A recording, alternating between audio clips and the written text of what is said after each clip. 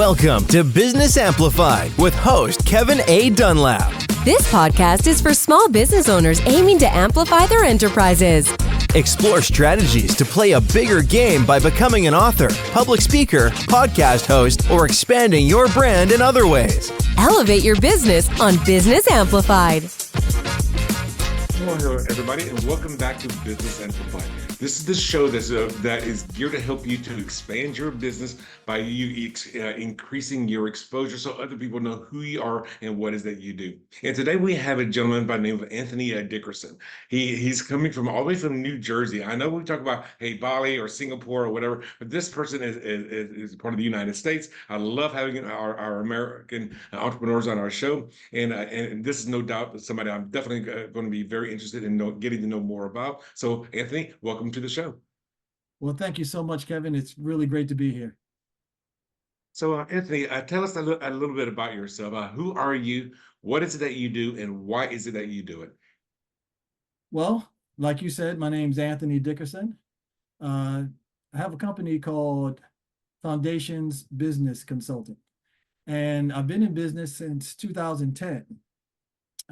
Okay. We work with businesses and nonprofits to help them elevate their operations so that they get unstuck. You know, what I saw years ago is that most CEOs or executive directors, the business, the nonprofit, it grows up to their capacity for operations. Meaning that when a CEO or an executive director has reached that capacity, the business stalls. There's a CEO I was talking with probably just 2 or 3 months ago, whose business had plateaued at one number. Their revenues had plateaued for about 3 years in a row. And he was telling me that he wants to do more sales strategy, more marketing strategy. And in listening to him and all that he's done, my conclusion was you probably have the best sales and marketing strategy on the planet by now, because he's been doing sales and marketing and increasing those for years. But the problem wound up being that their HR system was almost non-existent. Their IT system was almost non-existent. Their finance system was all awry. And all these operations areas were really in bad shape. So the business had reached its limit. And that's what I've seen over and over and over again. So that's how Foundation comes in. We help those businesses, those nonprofits, to first understand where they are and then recommend different tools and different assessments, different audits, so that they can get unstuck. That's the one thing I've talked about several times is when the owner of the company becomes the bottleneck in their own business, where they have to be there and they're the ones that's stopping this. So what are some of the things that you recommend in order for them to get past that glass ceiling or so-called that they're at? Well, the first thing we do is a discovery assessment. So we figure out how they're doing in all the areas of operations. And once we can figure out how they're doing, then we can start recommending, let's say their HR is fairly poor. So we'll go in and we'll do an HR audit and really look, now we're going to go deep in the HR and see exactly what's going on. I mean, we look at every single aspect of HR so we can discover where are you strong and where are you weak and need our help. And then after we do the audit, we'll put together an action plan. And then we start working through that action plan so that we can upgrade their HR. And we do that same thing for all the different areas of operations. So every company is different. Some companies have very good systems. Some companies have very poor ones. And we look and see specifically for that company, for that organization, where they are and how we can help. Now, does this usually mean that the owner or CEO has started giving up some of their own physical control, like hiring other or having more different volunteers come in? You are exactly right, Kevin. You know what we've seen is that the CEOs have a great skill set to be CEO. They're usually very sales oriented. They're usually very marketing oriented, which is why they like to focus on those areas. But as the organization grows, so I'm working with a nonprofit right now, and their executive director is very good at what we would think of as sales and marketing, and in her case, development, but very poor in operations. But the organization was small when she started. So the organization only had 3 or 4 people when she started. And she had to do everything at that point. But now the organization is about 15, 16 people. She needs to give up some of those controls. And now I'm working with someone who has skills in the operations area. She's not operations, but she's becoming an operations person now to help that executive director to take off of the executive director's plate things that, frankly, she's not good at and she doesn't enjoy doing. Right? So it's really quite phenomenal for her because she hates doing it and she's terrible at it. And we give it to someone else who enjoys doing it and is really great at it. And that's the thing, I guess, that you learn as you're growing your business. I'm going to mention basically 3 books. And I don't know if Anthony's read these books or not. If he has, we'll go into a deeper discussion about them. But the first book I'm going to recommend is any of the early books of the Rich Dad Poor Dad series. I mean, Yeah. Robert Kiyosaki is a phenomenal person. And the reason I recommend any one of those books, the Rich Dad Poor Dad, Cash Flow Quadrant, Own Your Own Corporation, or any of the other ones that he's written, is that Kiyosaki talks about there's basically every business or every person falls within, let's say, 4 quadrants. Okay. And what he does is he has basically a crosshairs. The top left, he has an E. In the bottom left, he has an S. In the top right, he has a B. And the bottom right is an I. Most people that are working for a living are on the left side of that equation. They're either in E, which is the employee, or they're at S, that's the self-employed. On the right-hand side is B, which is the business owner, and the bottom right is the investor. Now, the reason I recommend this book is this is going exactly where Anthony's talking about, is that most people think that they're a business owner, that they're in the B side, but they're still in the S side. They're still self-employed. Right. And a self-employed person, basically, how to distinguish between a self-employed business and a business owner business is the owner of the business itself. If you can step away from your business and the business will still operate, it probably even could do better than you not being there, then you're Right. a business owner. But if you have to be there every single day, now you own a job. You're self-employed. And Right. that is a mindset shift that most people have a hard time doing. They have to go from the bottom left to the top right, that lateral move, or excuse me, that diagonal move in order to grow that business. That means that does mean being able to relinquish control. Have somebody else that enjoys what they're doing. Like, hey, I don't want to be HR anymore. I don't want to be Right. marketing anymore. I don't want to be any of this anymore. I hire somebody else to do it. That's The right. second book I'm going to recommend is called The 40-Hour Work Week Mm. by Tim Ferriss.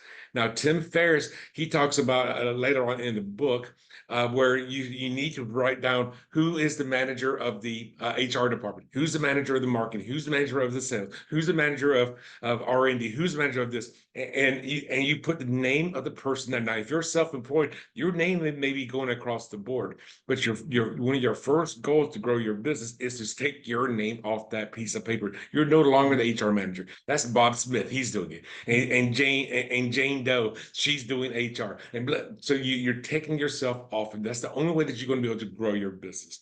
And the third book I'm going to highly recommend is called The E-Myth Revisited by Michael Gerber. And Michael Gerber, in that book, and I've talked about this a couple of times on this show, is that basically every business has the technician, there's the Mhm. manager, and then there's the investor, or the investor. I forget what he calls it. That's the one that's thinking about the future. And one of the things that he talks about, and it pissed me off the very first time I read this book. The Right. first 3 or 4, if you have to get past the first 4 chapters, if it pisses you off, you have to keep reading on because it made me very angry. And basically, because he talks about a baker, and this is the best baker out there. This baker's working for somebody else. You know what? I'm going to start my own business because I know how to. Why am I limiting myself to the salary or the hourly wage that I'm getting? And basically, what the E Myth Revisited says, and most people just call it E Myth, but it's technically E Myth Revisited, is that the person that's the great employee is the technician. They're the ones that knows how to do a great baking. They know how to do all this stuff. However, for that technician to go and start their own business, because that's where their expertise is, the likelihood of their success is almost zero Yes. because they are the expert. That is why they will fail. And the reason is because they are, it sounds counterproductive, but the reason is they don't know how to manage. They don't know how to run a business. They know how to be a good baker, but they have to relinquish that control to grow their business. Now, Right. Anthony, have you read, or would you recommend any of those 3 books Well, for your clients? I've heard of all three of those books. The book that stands out the most for me, I've read two of them. I've read Rich Dad Poor Dad, and I've read the E Myth. The book that stands out the most to me is the E Myth. I found the E Myth Revisited such a good book that not only did I read it, but I gave a copy to both of my children and had them read it, and let's have a conversation about it. So that to me was the most outstanding of the three books that you mentioned.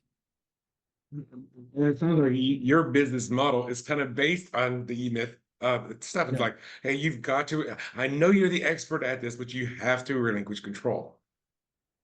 Yes, yes, and you want to relinquish controls in the areas that one, you're not too good at, and two, sometimes you need to relinquish control even in areas that you are good at so you can do the things that the business needs, right? Your business You have dictates to what you manage need. the people.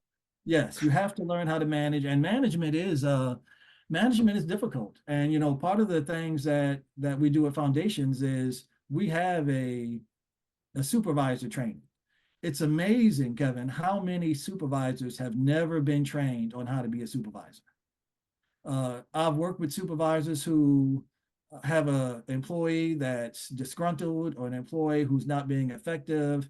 And I've heard supervisors have told me, well, that's not my job to handle that. That's their job to get themselves together. And I say, no, no, no, it is actually your job, but they don't know. So we have to go through a supervisor training that I have a short one that's a day, but I have a longer one that is about 6 sessions, an hour and a half each session, because I found that so many people in the supervisory position don't know what the job entails.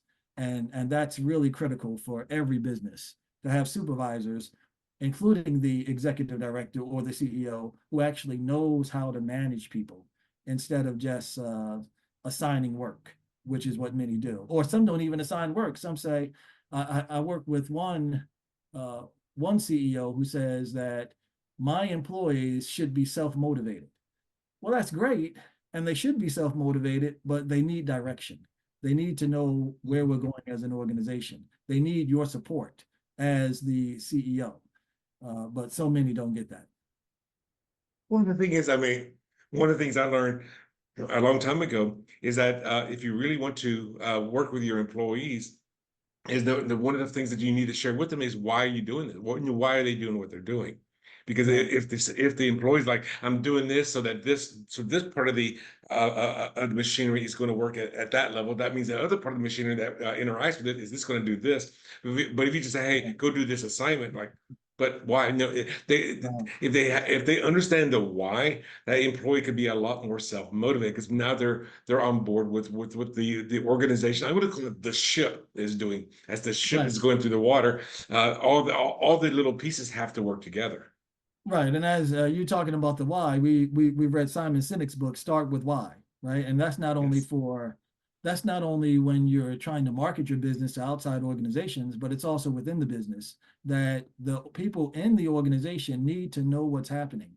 It's unusual nowadays, but shouldn't be, to even have meetings for the different departments, so the different department heads know what's going on.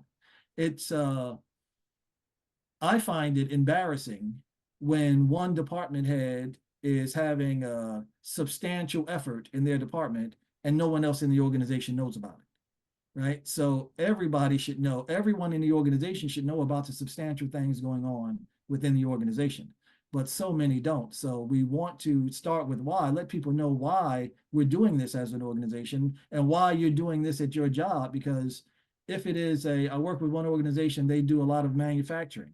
And when someone is absent that day, it slows down the manufacturing for the entire organization, right? If something has to be cut, then it has to be painted, then it has to be put together, then it has to be tested.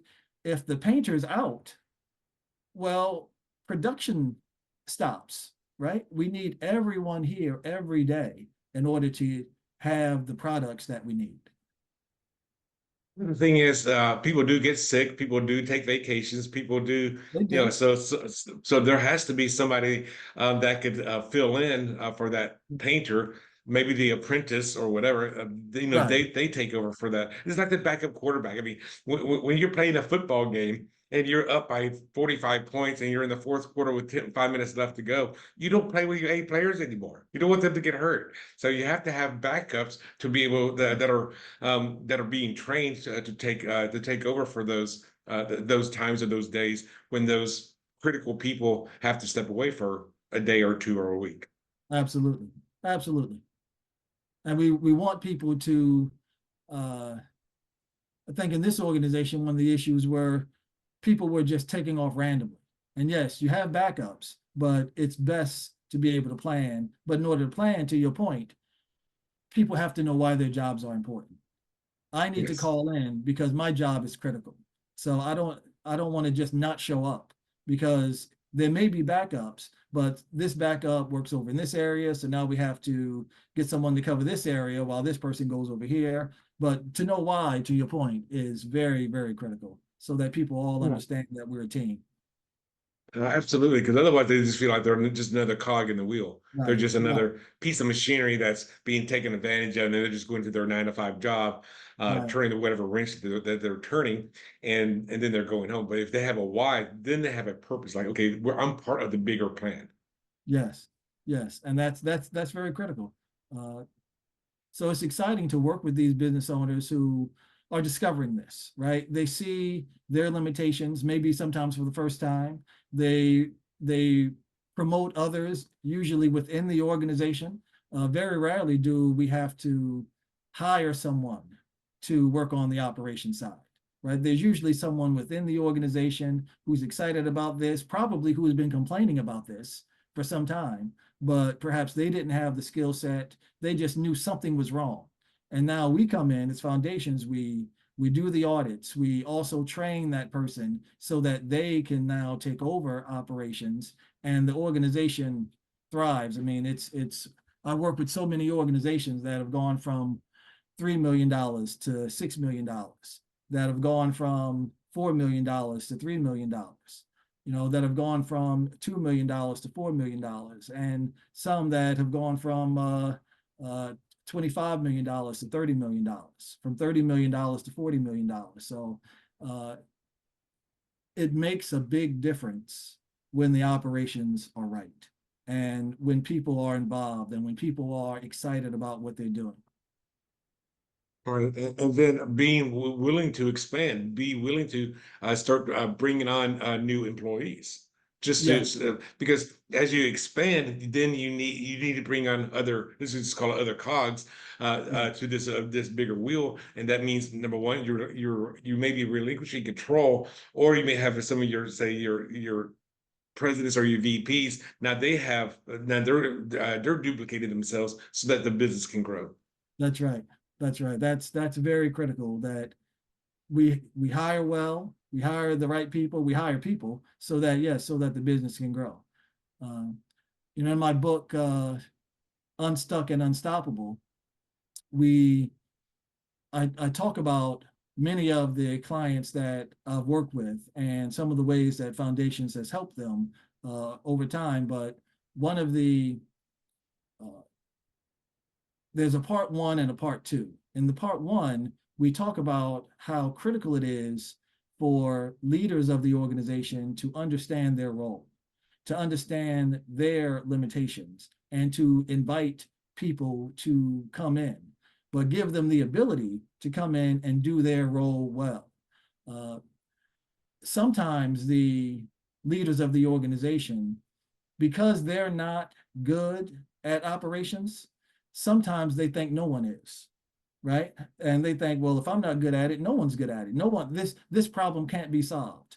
But indeed it can be solved, but they have to, as you say, they have to step back, and they have to allow others to come in and to shine in the areas where they're good at, where they excel at, where Now, they, now, how does a person like that, because maybe they have there's a pride thing and they don't want to acknowledge their limitations, and how do you have them say, hey, it's okay to have limitations, have somebody else come in. It is not it's not something that's going to shame you, but we, we're wanting to build this business and be more effective. How do you get past any kind of pride issues that a lot of people may suffer from? well, that's interesting that you say that.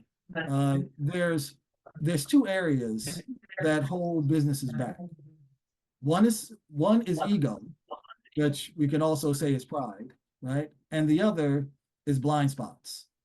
So when an organization leadership has ego, where they know everything, that's going to hold the organization back. And the other area is when they have blind spots, when they don't even they can't even see what they don't know because it's a blind spot. That's going to hold an organization back. And until the organization leadership deals with their ego and deals with their blind spots, then the organization is going to be held back. So when foundation starts working with a client, we certainly go over that, but we usually have something that's even more obvious to them, and that's the fact that you're not growing, you're stuck. You've been doing this for 2 or 3 years, and you've been stuck at this revenue, you've been stuck at this employee count, you've been stuck at this level of business with these organizations. So obviously something has to change. And the other thing that really helps us is when we help the leaders to understand what their strengths are, and to say, you know what, here's what the end of this is going to look like. It's going to look like you doing these areas that you enjoy and not doing the areas that you can't stand doing. The areas that you're weaker in, you probably don't enjoy doing them so well. So we often with leaders, I'll do the DISC assessment. I really like the DISC assessment out of all the assessments, because it really does a great job of pointing out different work habits and situations.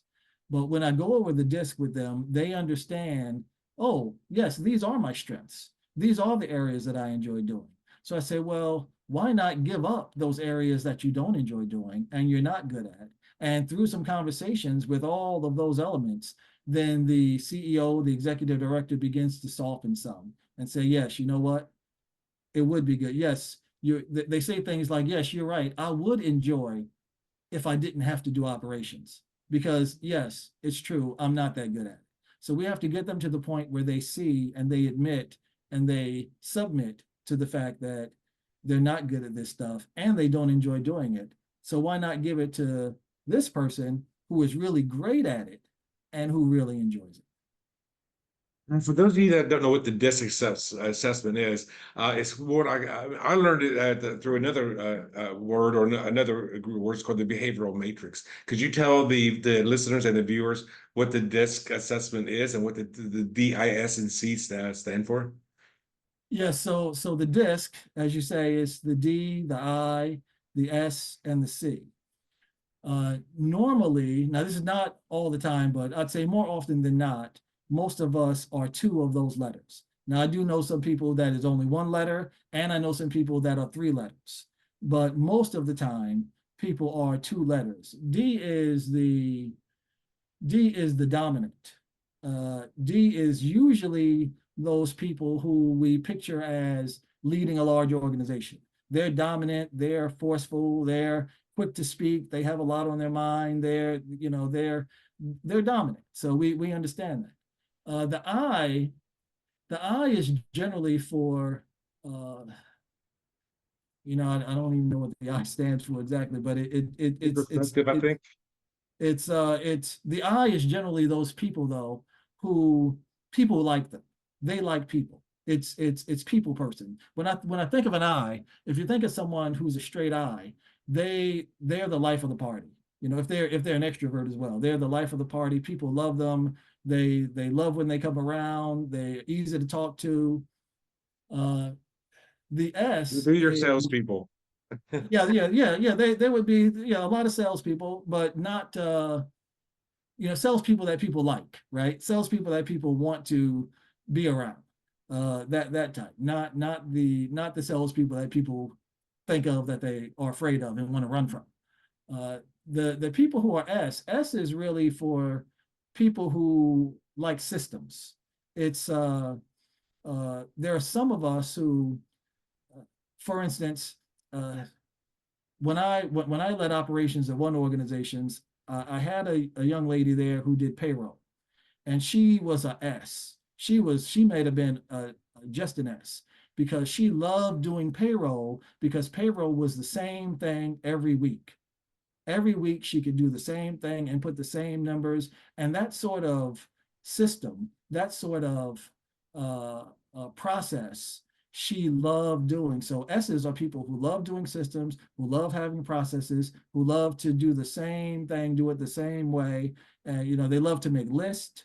They love to check off that list, check off boxes on that list when things get done, and they work very systematically.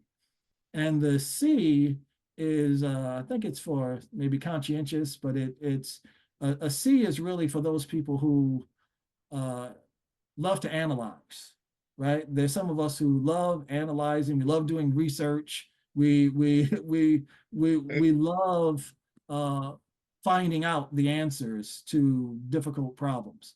So depending on what your combination is of D, I, S, and C, that tells a lot about who you are, how you operate at work. So DIs, for instance, the DIs who are CEOs, and I deal with a lot of DIs. They're dominant, but they're also nice people, right? It's very interesting because their relationship with you is very important. So they may lead the organization even in a dominant way, but they're very concerned about relationship. Whereas I work with some people who are DCs who lead organizations, and they're dominant and they're researching, and those people, they really are strong at knowing exactly what the business needs in many areas. They know what the business needs, but they may not be as friendly as the DI, right? The DC is not quite as friendly as a DI. And often what's needed in an organization, so with let's take the DI. So there was a DI and a CEO who was a DI in one organization I work with, and she had someone on her team who loved operations who was an SC. And over the years of using the disc and really working with a lot of people with the disc, I've seen that when a DI CEO works with an SC COO, magic seems to happen, right? The DI, all the areas that the DI is weaker in, the SC is much stronger in, and vice versa. The areas the SC is weaker in, the DI is much stronger in. And when they find a way to work together, then the DI this DI was trying to do budgets, and it would take her weeks to figure anything out, where the SC came and in about 5 minutes they had it all straightened out, right? Because the SC is better at doing things like budgets, and the DI is better at doing things like sales and marketing. And that combination worked really well for that organization, and they grew I'd say within about a year of me working with them, their revenue grew from 3 million to about 6 million. They went from about 15 staff members to about 30 staff members in their organization. So, but that's the sort of thing that can happen if you allow people with the right skill set to come in and do the job that maybe you can't do as a CEO. And that's really good to know, because being a D, an I, an S, or a C, or a combination of two or even three of them, is not like one is better than the other. Because everyone has their strengths, and they also have weaknesses. And the Right. thing is, by having other people to take over for where your weakness may be, regardless of Right. if you will admit to it or not, let's say Right. you do admit to it, is going to Right. make the organization a much more effective team.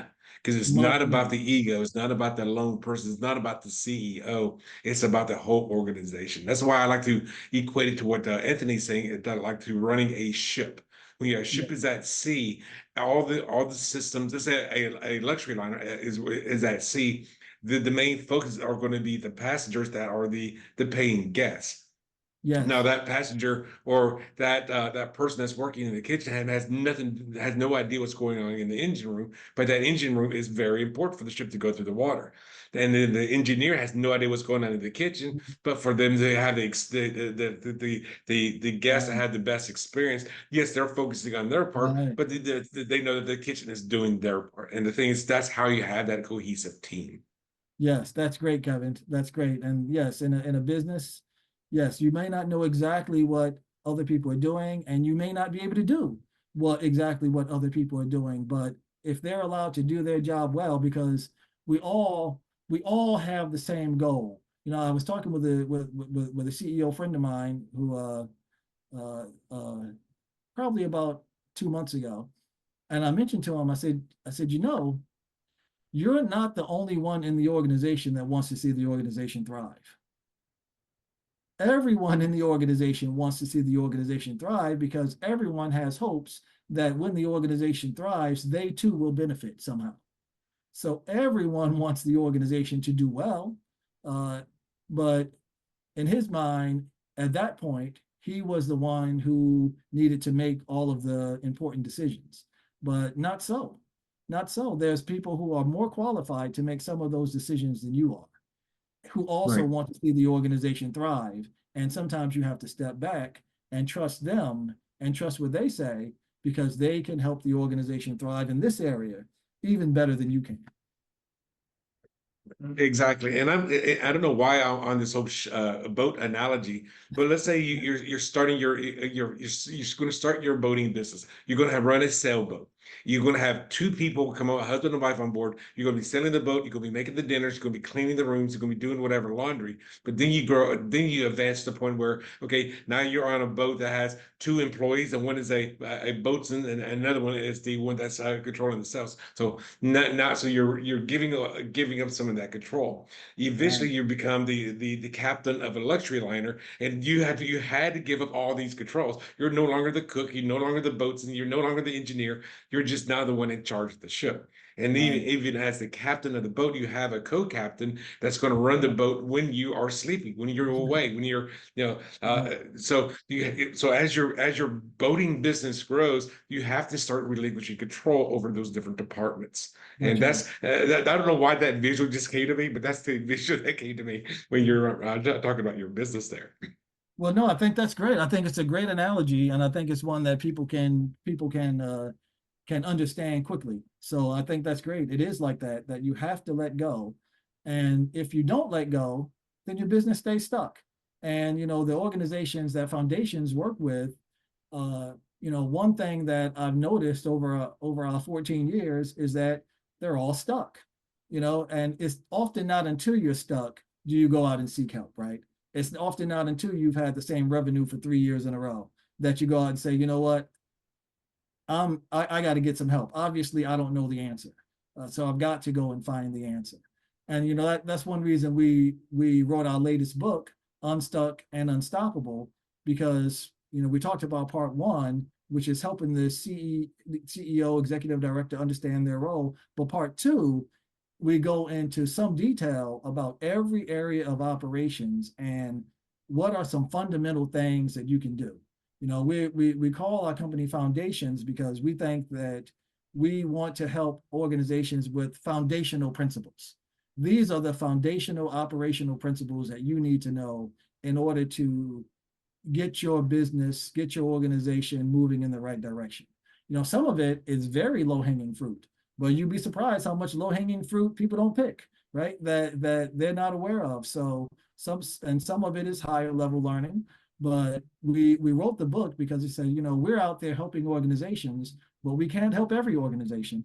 And we want every organization to be able to grow and to be able to get better and be able to understand and how to do that exactly. So once the mindset is right, then we can start working on the actual operations. So that's why we have part 1 and part 2 of that book. So we can concentrate on the mindset first, because you got to get that right. And then we can concentrate on what are the actual practical things that you can do now within your organization so that you can go from basically from stuck to unstoppable. And that's, I'm glad you said kind of what you did was because every person that, like they say, that they hit that ceiling is, and the reason they hit that ceiling is because there is something that they don't know that they don't know, or they may know that they don't know something, but they still don't know they even ask the right questions. Right. And to go with what you're saying is that whatever, you know, wherever you hit whatever that stopping point or that capital point or glass ceiling point is, that there's something that you need to learn. And the Yeah. fact that if you're open to say, hey, I'm willing to listen to somebody that's been there, that does this, like, you know, somebody like Anthony himself, then as a, you know, just do a consultation. Like, okay, you know, why am I not getting any results better? And Anthony may say, you know, from the bird's eye view, like, it's obvious, you know, this is blah. You go, Right. I never even thought about it. Like, okay. Yes. Yes. And that happens all the time, Kevin. People haven't thought about it. Like I said, the one CEO I worked with who was telling me he needs to do more marketing and sales training. And in talking to him, he does marketing and sales training every few months. So I said that's probably not it, right? You have the best marketing and sales departments in the world, but you're still not growing. You're still stuck. So let's look outside of marketing and sales and see what else it might be. For your book, where can the listener or the viewer find your book? Well, they can find our book everywhere. Amazon, Barnes and Nobles, anywhere great books are sold. You can contact me directly at Foundations, www.foundationsbc.com, stands for foundationsbusinessconsulting.com. So Foundations Again, that's BC. foundationsbc.com. Now, Yes. besides your website, if somebody wanted to get a hold of you, what's the best way for them to do that? Is it through your website? Do you have a landing page? Do you have a calendar page or something along those lines? Yeah, certainly. If you go on the website, you can schedule an appointment with me. My calendar is on my website, and you can schedule an appointment with me, or you can just drop a line to me on LinkedIn as well. LinkedIn is really the main social media that we do. That's where all of our clients are on LinkedIn, so that's where we're at, and we try and stay active on LinkedIn. So you can go on the webpage, you can go on LinkedIn. I'm very reachable. And we'll get back to you right away. Going to LinkedIn, his name is Anthony Dickerson. So you want to search for Anthony Dickerson, and I'm assuming your Foundations BC is part of your profile. Yes, and we have it has its own page as well. So Foundations Business Consulting has its own LinkedIn page as well, so they can reach us that way too. And now, for all the people that's you know, stay tuned on this show, what would be like one of the biggest pieces of advice that you would give to them, and you know that they could take into their life today, that they can start incorporating into their business today? Well, again, as I said, with Unstuck and Unstoppable, we have part 1 and part 2. So I'm going to stick with part 1, and I'm going to say the 2 areas that hold businesses back tend to be ego and blind spots. So if I could give just one piece of advice, I would tell business leaders, CEOs, COOs, executive directors, those who lead organizations, that we have to be aware and conscious of our ego and of our blind spots. And if we can get over ourselves with our ego, and we can actually understand that there's a lot that each of us don't know, and others could come in and help us with, then that is the beginning of growing your organization just substantially, just beyond what you thought it could be, by doing those two areas, concentrating on those two areas. Well, Anthony, I want to say thank you very much for being on the show today. This has been very, very helpful. I think that the viewer and the listeners could start learning a lot from that, and to also just to even acknowledge that sometimes it is your ego that does stop you from. So basically, I'm going to interpret what he said. So just get out of your own way. Just stop. Just get out of your own way. Nice. And that's the only, and be willing to do that. That's how you're going to be able to grow your business. Yes. Yes, this has been great, Kevin. Thank you so much. I had such a great time chatting with you and talking to your listeners. And I certainly hope that everybody grows their business from what they're learning on this podcast. So thank you for the opportunity. Well, it's been my pleasure, Anthony. And for those out there, until next time, be amazing.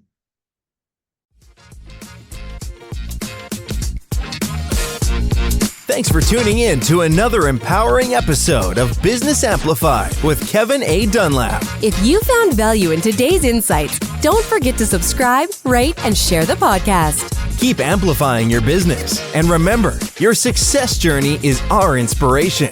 Until next time on Business Amplified, go out there and make your business thrive.